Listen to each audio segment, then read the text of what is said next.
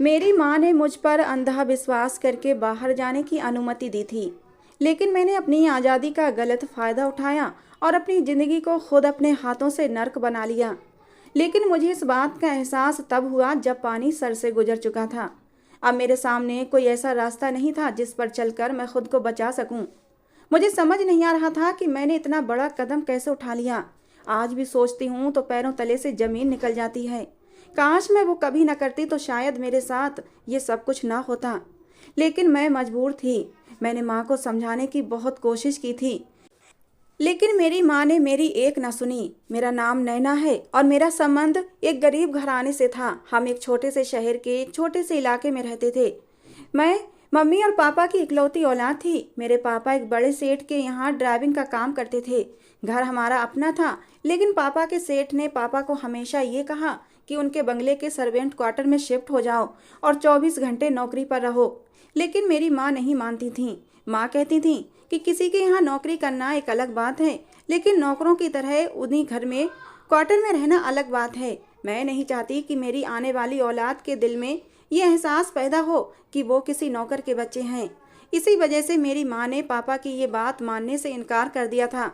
Mummy और पापा की शादी को थोड़ा ही समय हुआ था जब पापा मम्मी को लेकर गांव से शहर शिफ्ट हो गए थे, क्योंकि गांव में पापा अपने आबाई घर में रहते थे। उनकी माँ जिंदा थी, लेकिन फिर जब दादी ने मेरे पापा की शादी मेरे माँ से की तो कुछ महीने बाद ही दादी का देहांत हो गया। पापा को वहाँ पर कुछ भी अच्छा काम नहीं मिला तो पापा ने शहर आकर काम तलाश किया और फिर उन्हें एक बंगले के सेठ ने ड्राइविंग का काम दे दिया। पापा को ड्राइविंग अच्छी आती थी। बाद में पापा ने अपने गांव वाला घर बेच दिया और शहर में एक छोटा सा घर खरीद लिया, लेकिन काम उसी सेठ के पास करते रहे। इसी तरह पापा की नौकरी पक्की हो गई और तनख्वाह भी धीरे धीरे बढ़ती गई। और फिर जब मैं पैदा हुई तो मम्मी और पापा की जिंदगी जैसे पूरी हो गई।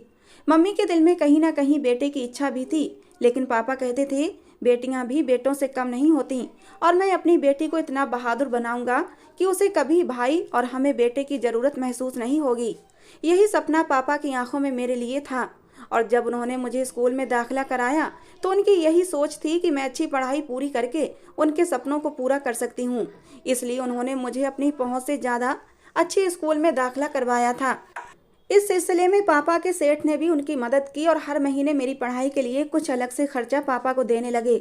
इस तरह मैं आसानी से एक अच्छे प्राइवेट स्कूल में पढ़ने लगी थी। जिंदगी अच्छी गुजर रही थी। जैसे जैसे मैं बड़ी होती गई पापा और माँ के प्यार की छाँव में खुद को खुशनसीब महसूस करती थी। लेकिन मेरी कुछ अपनी भी ख्वाहिशें थीं, कुछ सपने थे जिन्हें मैं पूरा करना चाहती थी। पापा तो ये चाहते थे कि मैं पढ़ लिख कर किसी स्कूल या बड़े कॉलेज में टीचर की जॉब करूं, मगर मेरा शौक तो कुछ और ही था। मैं जब कॉलेज में पहुंची तो मुझे मॉडलिंग और एयर होस्टेस बनने का शौक पैदा हो गया। मैं वैसे भी बड़ी खूबसूरत थी, एकदम कांच की जापानी गुड़िया जैसी लगती थी। जब मैं टीवी पर मॉडल और एयर होस्टेस को देखती तो मुझे बड़ा अच्छा लगता था और मैं जागती आंखों से अपने आप को ऐसे ही किसी प्लेन में सर्विस देते हुए या फिर किसी स्टेज पर मॉडलिंग करते हुए देखती थी। मेरे सपने का मम्मी और पापा को मालूम नहीं था, लेकिन अक्सर टीवी पर मैं ऐसे ही प्रोग्राम देखती तो मेरी माँ मुझे मना करती। माँ कहती कि ये सब वक्त खराब करने वाली चीज़ें हैं, तुम बस अपनी पढ़ाई पर ध्यान दिया करो। पापा मेरा ये शौक समझकर हंसने लग जाते और माँ को मना करते कि मेरी गुड़िया को किसी भी चीज़ से मत रोका करो। वो जो देखती है उसे देखने दो और जो करती है उसे वो भी करने दो, क्योंकि वो घर की चार दीवारी में हमारे सामने ही बैठी है। पापा की बात सुनकर मैं मुस्कुरा देती। मेरे पास कॉलेज और स्कूल की कैंटीन से खरीदी हुई मॉडल की तस्वीरें भी थीं। अखबार में किसी एयर होस्टेस या मॉडल को देखती तो कटिंग करके अपने पास रख लेती थी। लेकिन ये सब कुछ मेरे कमरे में मेरी डाइनिंग टेबल की दराज तक सीमित था। जब रात को मम्मी और पापा अपने कमरे में चले जाते और मैं देर तक पढ़ने के बहाने बैठी रहती तो अपने ऐसे ही शौक को तसल्ली दिया करती थी। कभी कभी अपने कमरे में मॉडलिंग करने लग जाती और कभी एयर होस्टेस की तरह तैयार होकर अपने आप को वैसा ही बनाकर एक्टिंग करने लग जाती जैसा मेरा सुबह ही इंटरव्यू हो। मुझे खुद पर हंसी भी आती थी, मगर मैंने सोच रखा था कि मैं तो या मॉडल बनूंगी या फिर एयर होस्टेस। और मैं जानती थी जब मैं मम्मी पापा के सामने अपनी जिद रखूंगी तो वो भी मान जाएंगे। पापा मुझे रोजाना कॉलेज अपने सेठ की गाड़ी में ही छोड़ने जाते थे और वापसी पर लेने भी आते थे। खुद सेठ ने पापा को इस बात की इजाज़त दे दी थी। एक बार ऐसा हुआ जब पापा मुझे लेने कॉलेज आए तो उस वक्त सेठ की बेटी का कॉल आ गया। उसे इमरजेंसी में कहीं जाना था। पापा ने उसे बताया कि मैं अपनी बेटी को घर छोड़कर अभी आता हूँ। तो वो कहने लगी आप उसे लेकर ही आ जाएं, क्योंकि मैं ज़्यादा इंतजार नहीं कर सकती। तो पापा मुझे लेकर सीधे अपने सेठ के घर ही चले गए। थोड़ी देर में सेठ की बेटी आकर गाड़ी में पीछे बैठ गई और मैं पापा के साथ अगली सीट पर बैठ गई। मैंने उसको हेलो किया तो उसने मुस्कुराकर मुझे जवाब दिया और फिर मुझसे पूछने लगी कि मैं क्या पढ़ती हूँ और मेरे क्या शौक हैं। बातों ही बातों में शॉपिंग मॉल आ गया तो सेठ की बेटी ने पापा से कहा कि मुझे बस 2-4 चीज़ें ही खरीदनी हैं, इसलिए आप मुझे फ्री करके फिर अपनी बेटी को घर ले जाना। पापा ने कहा ठीक है मैडम जी, आप शॉपिंग करके आ जाएं, हम तब तक गाड़ी में ही बैठते हैं। वो कहने लगी अपनी बेटी को भी मेरे साथ आने दें। तो मैं खुशी खुशी उसके साथ चली गई। शॉपिंग मॉल में पहली बार जाने की वजह से मेरी आंखें फटी की फटी रह गईं। इतनी बड़ी बड़ी दुकानें और खूबसूरत रोशनियां जगमगा रही थीं कि मुझे बड़ा मजा आ रहा था। सेठ की बेटी ने अपने लिए कुछ कपड़े और सैंडल खरीदे और एक पर्स भी लिया। वहां पर एक बहुत ही खूबसूरत ड्रेस मुझे पसंद आई। मैं बार बार उसे देख रही थी। तो सेठ की बेटी कहने लगी अगर तुम्हें ये चाहिए तो ले लो। मैंने कहा ये तो बहुत महंगा है, मैं इसे अफोर्ड नहीं कर सकती। तो उसने ज़बरदस्ती वो ड्रेस मुझे खरीद कर दे दिया। मैं बहुत खुश हुई और फिर उसके बाद सेठ की बेटी को पापा ने बंगले पर छोड़ा और फिर मुझे लेकर घर आ गए। मुझे घर छोड़ने के बाद पापा फौरन अपने काम पर वापस चले गए। मैंने माँ को वो ड्रेस दिखाई तो माँ ने बहुत हैरत का इजहार किया। कहने लगी इस तरह की ड्रेस भला हम लोग कब पहनते हैं, और ना ही हम तुम्हें इस बात की अनुमति देंगे कि तुम किसी जगह पर इस तरह की ड्रेस पहनकर जाओ। वो ड्रेस काफ़ी मॉडर्न टाइप की थी। मैंने माँ से कहा मैं ये बात अच्छी तरह जानती हूँ कि मैं कहीं पर भी ये ड्रेस पहनकर नहीं जा सकती, मगर अपने शौक के लिए अपने कमरे में तो पहन सकती हूँ ना। ये सुनकर माँ खामोश हो गई और कहने लगी कि अपने पापा को मत दिखाना। तो मैंने माँ की बात मान ली और फिर जब रात को मैं अपने कमरे में आई तो मैंने वो ड्रेस पहनकर खुद को शीशे में देखा। मुझे विश्वास ही नहीं आ रहा था कि मैं इतनी खूबसूरत हूँ। फिर मैं अपने फ़ोन से कुछ तस्वीरें बनाई और अपने पास सेव कर लीं। उस दिन वो ड्रेस पहनने के बाद मुझे यकीन हो गया कि मैं बहुत ही खूबसूरत और कामयाब मॉडल भी बन सकती हूँ और एयर होस्टेस भी। इसलिए मैंने अपने सपनों को पर लगाने शुरू कर दिए और कॉलेज में सहेलियों से इस बारे में जानकारी इकट्ठी करनी शुरू कर दी। मेरे एग्जाम होने वाले थे। इससे पहले मैं अपने सपनों की ताबीर की तरफ पहला कदम बढ़ाती हम पर एक कयामत टूट पड़ी। मेरे पापा अचानक ही हमें रोता हुआ छोड़कर इस दुनिया से चले गए। हुआ कुछ यूं था कि पापा सेठ के साथ कहीं जा रहे थे कि अचानक सामने से तेज गाड़ी ने उनकी गाड़ी को टक्कर मार दी। पापा फ्रंट सीट पर ड्राइविंग कर रहे थे, इसलिए उन्हें बहुत ज़्यादा चोटें आई थीं। सेठ को भी चोटें आई थीं, लेकिन उनकी जान बच गई और मेरे पापा अपनी ज़िंदगी की बाजी हार गए। उनके जाने के बाद तो मेरे सारे सपने ही बिखर गए। हमारे घर में कमाने वाला कोई नहीं रहा था। सेठ ने हर महीने पैसे देने का वादा किया था, लेकिन माँ कहती थी कब तक हम किसी की मदद पर पलते रहेंगे। पहले तो माँ ने घर में जो जमा पूंजी थी उससे ही घर का खर्चा चलाया। हर महीने सेठ भी अपने नौकर के हाथों हमारे घर के लिए कुछ ना कुछ खर्चा भेजते रहते थे, राशन पानी भी दे देते थे। लेकिन इसके बावजूद भी मेरी माँ से चाहती थी कि पापा की जगह मैं उस बंगले पर नौकरी कर लूं, लेकिन मैंने उन्हें मना कर दिया। मैंने कहा मैं कोई छोटी मोटी जॉब देख लेती हूं और सेठ तो मदद करते ही हैं, इस तरह हमारा गुजारा होने लग जाएगा और फिर आगे चलकर मेरी तनख्वाह भी बढ़ जाएगी। मेरी बात सुनकर माँ खामोश हो गई, क्योंकि मेरी माँ सांस की मरीज थी। ज़्यादा काम करने से बहुत जल्दी थक जाती थी, उनका सांस फूलने लग जाता। इसी वजह से वो किसी के घर में भी काम नहीं कर सकती थीं और माँ के हाथों में कोई हुनर भी नहीं था, वरना मेहनत करने से वो कभी नहीं भागती थीं। इसलिए माँ ने मुझे नौकरी की अनुमति दे दी। मैंने अलग अलग कंपनियों में जॉब के लिए अप्लाई किया, मॉडलिंग की भी कोशिश की, एयर होस्टेस के लिए भी कोशिश की, लेकिन मेरी पहुंच में ये सब कुछ बहुत दूर था। लेकिन मुझे एक बड़ी बुटीक पर सेल्स गर्ल की जॉब मिल गई। मैं उस जॉब से कुछ ज़्यादा खुश नहीं थी, क्योंकि सारा दिन एक जैसी ड्रेस पहनकर लोगों को कपड़े दिखा दिखा कर मैं तंग आ गई थी। अभी मुझे जॉब पर सिर्फ 3 महीने हुए थे और मेरी तनख्वाह भी काम के मुकाबले बहुत कम थी। मेरे अलावा वहाँ पर 5-6 लड़कियाँ और काम करती थीं जो मुझसे काफ़ी सीनियर थीं। उनसे पता चला कि वो मैडम 1 साल के बाद ही तनख्वाह बढ़ाती है और वो भी बहुत कम। ये सुनकर मेरा और भी मन उदास हो गया। मैं सुबह किसी और नौकरी की तलाश में घर से निकलती और दोपहर से शाम तक बुटीक में वक्त गुजारती थी। मेरी माँ घर में हर वक्त मेरे लिए परेशान रहती। वो ऐसा समय था जब कोई रिश्तेदार और जानने वाला भी हमारे काम नहीं आया था, बल्कि उन लोगों ने तो हमसे मिलना जुलना भी छोड़ दिया था। इस बीच मेरे 1-2 रिश्ते भी आए थे, लेकिन वो लोग लालची थे। वो अपनी शर्त रखते कि ये घर पहले आपको अपने दामाद के नाम करना होगा। मेरी माँ ने ऐसे लालची लोगों में मेरा रिश्ता देने से साफ इनकार कर दिया। धीरे धीरे हमारे घर लोगों ने आना जाना ही बंद कर दिया। मुझे बुटीक पर काम करते हुए 4 महीने पूरे हो गए थे तो एक प्राइवेट हॉस्पिटल के रिसेप्शन पर मुझे जॉब मिल गई। वहाँ तनख्वाह पहले की तनख्वाह से अच्छी थी, लेकिन टाइम बहुत ज़्यादा लगता था और फिर तरह तरह के लोग वहाँ आते जाते थे। मुझे तो ऐसा लगने लगा जैसे रिसेप्शन पर ड्यूटी देते देते मैं खुद बीमार होने लगी थी। असल बात यह थी, जहाँ इंसान का दिल न लगे वहाँ काम करने में मज़ा नहीं आता। और फिर एक बार ऐसा हुआ कि मैं अपनी ड्यूटी कर रही थी, उसी वक्त एक नया इमरजेंसी केस हॉस्पिटल में आया था। ये प्राइवेट हॉस्पिटल था और यहाँ अमीर अमीर लोग ही इलाज करवाने आते थे। उस आदमी ने मरीज को दाखिल करने के लिए बाबेला मचा रखा था, जबकि ड्यूटी पर मौजूद स्टाफ पूरी फॉर्मेलिटी पूरी करने के बाद ही उसे एडमिट कर सकते थे। लेकिन उसने बदतमीजी करना शुरू कर दी और जब मैंने उसकी बदतमीजी का जवाब उसी के अंदाज में दिया तो उसने मेरा हाथ पकड़ लिया और वहाँ मौजूद मेल स्टाफ ने बीच में आकर मुझे बचाया था। मैं इस सारे तमाशे से इतना ज़्यादा डर गई कि दूसरे दिन ही हॉस्पिटल जाना बंद कर दिया। मेरी माँ मुझसे पूछती रही, लेकिन मैंने माँ को सारी बात नहीं बताई, क्योंकि मैं जानती थी अगर मैं माँ को कुछ भी बता देती तो वो मुझे दोबारा नौकरी करने से रोक देती और फिर हमारे घर के हालात और भी ख़राब हो जाते। कुछ दिन बाद मैंने दूसरी नौकरी की तलाश की और फिर एक दोस्त के जरिए मुझे एक बस सर्विस में 2 तरह की नौकरियां पता चलीं। उनमें से एक नौकरी तो बुकिंग ऑफिस में रिसेप्शन की थी और दूसरी नौकरी बस के अंदर होस्टेस की थी। मैंने सोचा एयर होस्टेस ना सही बस की होस्टेस ही बन जाती हूँ। मैं फ़ौरन इंटरव्यू देने चली गई और फिर मेरा सिलेक्शन भी हो गया। अगले दिन ही मैं अपनी यूनिफॉर्म में अपनी जॉब ज्वाइन कर चुकी थी। वहाँ सैलरी भी अच्छी थी और मुझे मेडिकल भी फ्री मिला हुआ था।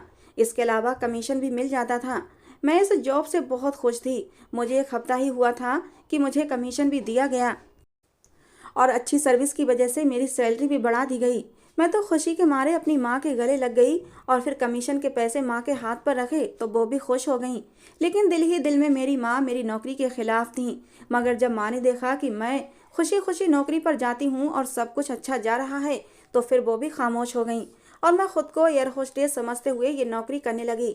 मैंने सोचा था इस तरह जब मुझे कुछ एक्सपीरियंस हो जाएगा तो मैं दोबारा एयर होस्टेस की नौकरी के लिए अप्लाई कर दूंगी। प्लेन में सारी दुनिया घूमना मेरा शौक था। मैं जानती थी सारी जिंदगी रुपया पैसा जमा करके भी मैं अपने शौक को पूरा नहीं कर सकती थी। इसी वजह से एयर होस्टेस ही एक ऐसी नौकरी थी जिसमें मुझे अपने सपनों को पूरा होता दिखाई दे रहा था। मैं सोचती कि और कुड़ती रहती, लेकिन वही होता है जो हमारी किस्मत में हो, और मेरी किस्मत में जो था वो तो कभी मैंने सोचा ही नहीं था। मुझे नौकरी करते हुए 3 ही महीने हुए थे कि बस के लिए एक नए ड्राइवर को रखा गया। वो ड्राइवर काफ़ी खूबसूरत नौजवान था और मुझे पढ़ा लिखा भी लगता था। मेरा अंदाज़ा था वो भी अच्छी नौकरी ना मिलने की वजह से मेरी तरह ये जॉब करने पर मजबूर हो गया होगा, वरना वो तो अच्छा खासा पढ़ा लिखा था। शुरू शुरू में तो मेरी उससे कोई ज़्यादा बातचीत नहीं हुई थी, लेकिन मैंने उसे दूसरों से बातचीत करते सुना था और फिर जब भी मेरी ड्यूटी उसके साथ लगती तो अब उससे बात करने का मौका भी मिल जाता। उसका नाम राहुल था। जब हमें काम करते हुए 1 महीना हो गया तब मुझे पता चला वो वाकई बहुत पढ़ा लिखा था और नौकरी के लिए कई जगह अप्लाई भी कर रखा था। यहाँ तक कि विदेश में भी उसने अप्लाई किया हुआ था। उसके भी मेरी तरह काफ़ी बड़े बड़े सपने थे, लेकिन मजबूर होकर इस छोटी सी नौकरी के लिए राजी हो गया, क्योंकि वो अपने घर का अकेला कमाने वाला था और अपने बलबूते पर उसे अपने सपनों को भी पूरा करना था। उसके मम्मी पापा की तो मौत हो चुकी थी, लेकिन उसकी एक बहन थी जो शादीशुदा होने की वजह से दूसरे शहर में रहती थी। पहले पहले तो राहुल अपनी बहन के साथ ही रहता था, वहीं पर अपनी पढ़ाई भी पूरी की। फिर नौकरी के सिलसिले में यहाँ आ गया और अब एक हॉस्टल में रहता था, इसलिए अब वो डबल ड्यूटी भी कर लेता था, क्योंकि घर में कोई उसका इंतजार करने वाला नहीं था। इसलिए वो चाहता था कि ज़्यादा से ज़्यादा काम करके आगे बढ़े। मुझे वो बहुत अच्छा लगने लगा था और मैंने उसकी आंखों में भी अपने लिए मोहब्बत देखी थी। कब हमारी दोस्ती मोहब्बत में बदल गई हमें पता ही नहीं चला। एक दिन जब हम ड्यूटी रूम में थे और बैठे बातें कर रहे थे तो मैंने अपने फ़ोन में से अपनी कुछ तस्वीरें दिखाईं, जिसमें मेरी वो तस्वीर भी थी जो मैंने उस खूबसूरत ड्रेस में बनाई थी। उसने मेरी बड़ी तारीफ़ की और कहने लगा कि तुम भी मेरी तरह खुद को गलत जगह पर बर्बाद कर रही हो। फिर उसने कहा मेरी नौकरी लग जाएगी तो मैं तुम्हें भी अच्छी नौकरी लगवा दूंगा। उस वक्त मैं दिल में सोच रही थी कि अब मुझे जॉब नहीं करनी, बल्कि मुझे राहुल से शादी कर लेनी चाहिए, क्योंकि मैं उसे खोना नहीं चाहती थी। लेकिन मैं ये बात अपने मुंह से कह नहीं सकती थी। मैं चाहती थी वो खुद मुझसे शादी की बात करे। मैं इसी इंतज़ार में थी। लगभग 1 हफ्ते बाद माँ ने मुझसे मेरी शादी के बारे में बात की। माँ कहने लगी कि अब मैं बीमार रहने लगी हूँ। मेरी जिंदगी का कोई पता नहीं, इसलिए अब तुम्हें शादी कर लेनी चाहिए। और मैंने तुम्हारे लिए कुछ रिश्ते भी देखे हैं। माँ की बात पर मैं हैरान हुई थी। माँ ने मेरे लिए रिश्ते भी देखना शुरू कर दिए और मुझे बताया तक नहीं। उस वक्त तो मैंने माँ से कुछ नहीं कहा, लेकिन अगले ही दिन इत्तेफाक से राहुल ने मुझे शादी के लिए प्रपोज कर दिया। उसने कहा कि अब वो अब तक इसलिए खामोश था क्योंकि उसे यहाँ से जाना है, क्योंकि ऐसी जगह पर वो अपने सपनों को पूरा नहीं कर सकता। और मैंने सोचा है शादी करके तुम्हें भी अपने साथ लेकर जा सकता हूँ। मैंने उसे बताया कि मेरी माँ भी मेरी शादी के लिए रिश्ते देख रही हैं। ये सुनकर राहुल परेशान हो गया। कहने लगा, मुझे नहीं लगता तुम्हारी माँ तुम्हारी शादी मेरे साथ करेंगी। मैंने कहा, ऐसी बात नहीं है राहुल, तुम कम से कम अपना रिश्ता मेरे घर लेकर तो आओ। वो मेरी बात मानकर खुद ही अपना रिश्ता लेकर मेरे घर आया, लेकिन मेरी माँ को इस बात पर एतराज़ था कि लड़के के आगे पीछे कोई नहीं है। ऐसे लड़के रिश्ते ज़्यादा दिनों तक नहीं निभा पाते, और मेरी माँ ने राहुल के रिश्ते से इनकार कर दिया। मैं और राहुल अब बहुत ज़्यादा परेशान हुए थे। फिर राहुल ने कहा कि हम कोर्ट मैरिज कर लेते हैं। मुझे राहुल की बात सही लगी और हमने कोर्ट मैरिज कर ली। कोर्ट मैरिज के पेपर राहुल के पास ही थे। मैं अपने घर लेकर नहीं जा सकती थी क्योंकि मैं सारा दिन घर से बाहर रहती थी। मुझे यही डर था कि वो पेपर मेरी माँ के हाथ न लग जाएं। मुझे पता था मेरी माँ शादी को कभी स्वीकार नहीं करेंगी। मैं बहुत खुश थी कि मैं राहुल की पत्नी बन चुकी थी, लेकिन धीरे धीरे मुझे ये डर सताने लगा कि मेरी शादी का तो किसी को पता ही नहीं है। अगर किसी दिन राहुल मुझे छोड़कर चला गया तो मेरा क्या होगा। मैंने एक बार उससे इस बात का इजहार किया तो वो हंसने लगा। उसने कहा, अगर मैं तुम्हें छोड़कर ही जाता तो तुमसे इस तरह शादी क्यों करता। मेरा विश्वास रखो, मैं ऐसा कुछ नहीं करूँगा। हमारी शादी को 1 महीना गुजर गया था। अब मैं ये सोचती थी कि किसी तरह अपनी माँ को शादी के बारे में बता दूं, लेकिन मैं अपनी माँ की आदत को अच्छी तरह जानती थी। मेरी माँ मुझे कभी भी माफ़ ना करती, क्योंकि एक बार मेरी माँ ने मोहल्ले की किसी लड़की के बारे में बताया था कि वो अपनी मर्जी से शादी करके आ गई, लेकिन उसके माँ बाप ने उसे माफ़ कर दिया। माँ कहने लगी, अगर मैं उसकी माँ की जगह होती तो उसी वक्त उसका गला दबाकर मार देती, क्योंकि ऐसी बेटियां सिर्फ माँ बाप का नाम बदनाम करती हैं। और मैं अपनी माँ की जिद्दी तबीयत से अच्छी तरह जानकार थी।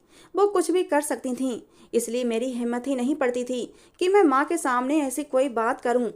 और फिर एक दिन राहुल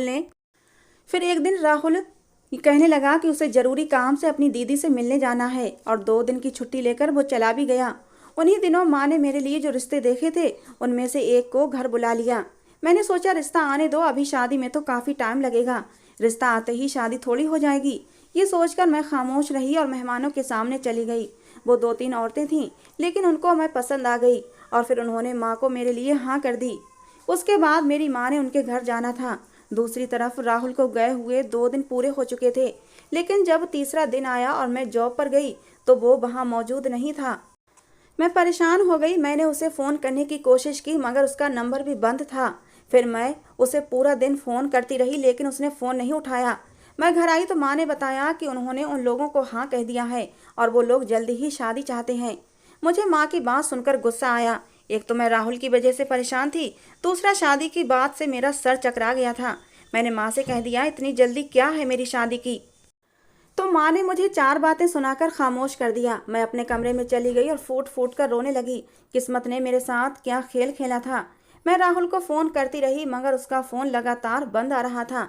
3 दिन गुजर गए थे और चौथे दिन जब मैं नौकरी पर जाने लगी तो माँ ने मना कर दिया। कहने लगी, 4-5 महीने बाद तुम्हारी शादी है, इसलिए अब चुपचाप घर बैठो, नौकरी करने की कोई ज़रूरत नहीं है। 4 महीने गुजर गए थे और राहुल लौट कर नहीं आया था, ना ही उसकी कोई खैर खबर आई थी। मेरी आस अब टूटने लगी थी, क्योंकि कंपनी में भी किसी को नहीं मालूम था कि वो अचानक कहाँ गायब हो गया था। उन्होंने भी दूसरा ड्राइवर रख लिया था।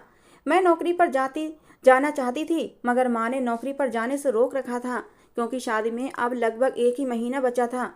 मैंने माँ से कई बार बात करने की भी कोशिश की, लेकिन ये सोचकर चुप हो जाती कि मेरे पास तो उससे शादी का कोई सबूत भी नहीं है। काश मैं उन पेपरों को अपने पास ही रख लेती। फिर मैंने सोचा कि मैं कोर्ट जाकर उन पेपरों की कॉपी ले लेती हूँ जहाँ हमारी शादी हुई थी, लेकिन मेरी माँ ने तो मेरा कहीं भी आना जाना बंद कर दिया था।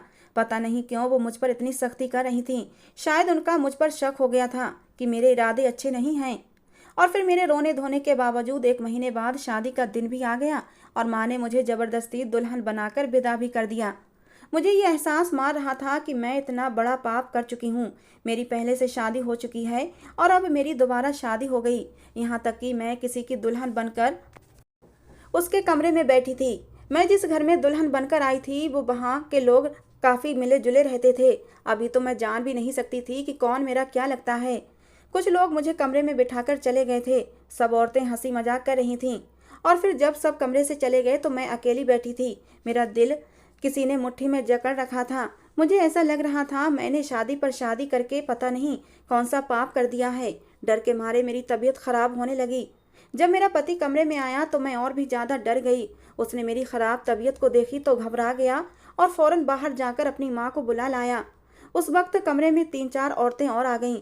मेरी सास ने देखा कि मुझे तेज बुखार है और ठंड की वजह से मेरा शरीर कांप रहा है तो फौरन उन्होंने मुझे गर्म दूध पिलाया और मुझे कपड़े चेंज करवाकर आराम करने के लिए लिटा दिया। खुद भी मेरे पास बैठ गईं। जैसे ही मेरे पास से उठने लगी तो मैंने उनका हाथ पकड़ लिया। वो बहुत अच्छी औरत थीं।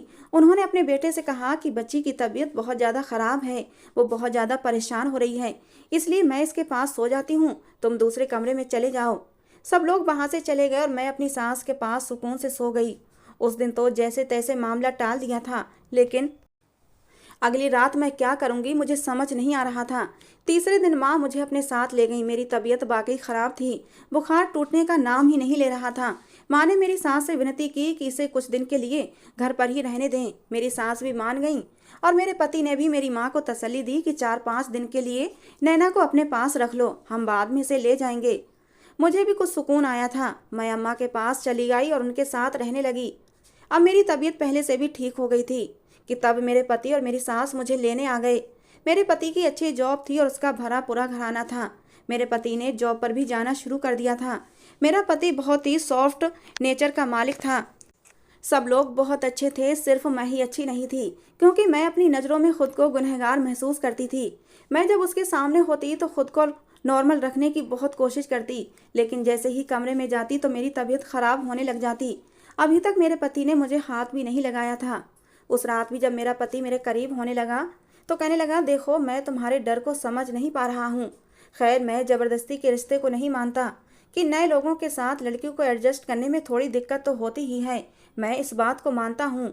लेकिन तुम मुझ पर विश्वास करो, मैं तुम्हें कोई भी तकलीफ नहीं दूंगा और तुम्हारा पूरा पूरा साथ दूंगा। और जब तुम्हें मेरे साथ कोई रिश्ता नहीं बनाना तो कोई बात नहीं, हम पति पत्नी का रिश्ता नहीं बनाएंगे, लेकिन दोस्तों की तरह रह सकते हैं।